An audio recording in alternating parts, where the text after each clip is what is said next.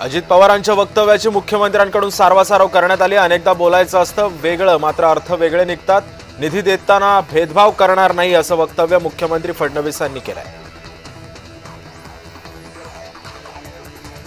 मराठी माणसासाठी आगामी मनपा निवडणूक ही शेवटची असेल, रात्र वैराची आहे, गाफील राहू नका असं वक्तव्य राज ठाकरे यांनी केलेलं आहे।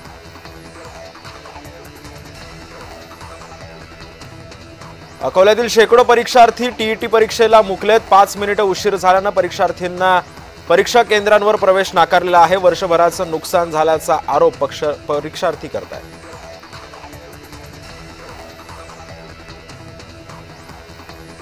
नाशिक शहरातील टीईटी परीक्षा केंद्रांवर गोंधळ उडालाय। मराठी माध्यमांच्या परीक्षार्थींना इंग्रजी माध्यमाची प्रश्नपत्रिका देण्यात आली, त्यामुळे विद्यार्थी संभ्रमात पडलेत। पहिल्या सत्रामध्ये 1ली ते 5वीच्या विद्यार्थ्यांना शिकवणाऱ्या शिक्षकांची परीक्षा होती, यावेळी हा गोंधळ उडालाय।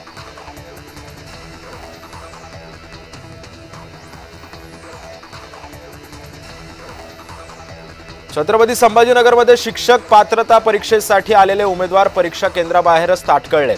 वेळेमध्ये येऊनही परीक्षा केंद्रांमध्ये प्रवेश दिला नाही असा आरोप करत परीक्षार्थींनी संताप व्यक्त केलाय।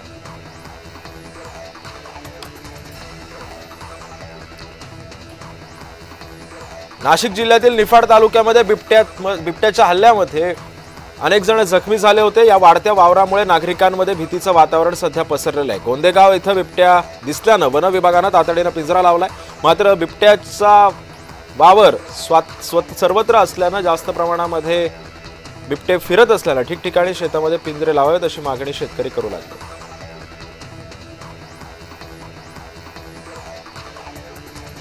मध्य रेल्वेची कारवाई अधिकच आता तीव्र होऊ लागलेली आहे।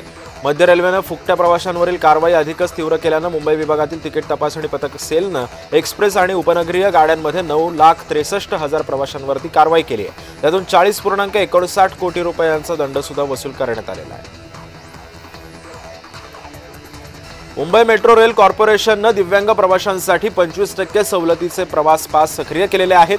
सध्या हे नवे फीचर ॲपल वापरकर्त्यांसाठी उपलब्ध असून गुगल कडून मिळताच ही सुविधा लवकरच अँड्रॉइड वापरकर्त्यांसाठी सुद्धा उपलब्ध करून दिली जाणार असल्याचं बोललं जात आहे।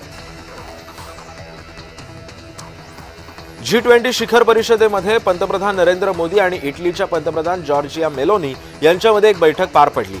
या भेटीवेळी दोन्ही देशांमध्ये वाढत्या भागीदारीची गरज आणि अनेक क्षेत्रांमध्ये संयुक्त उपायांची रूपरेषा यावर चर्चा करण्यात आली आहे।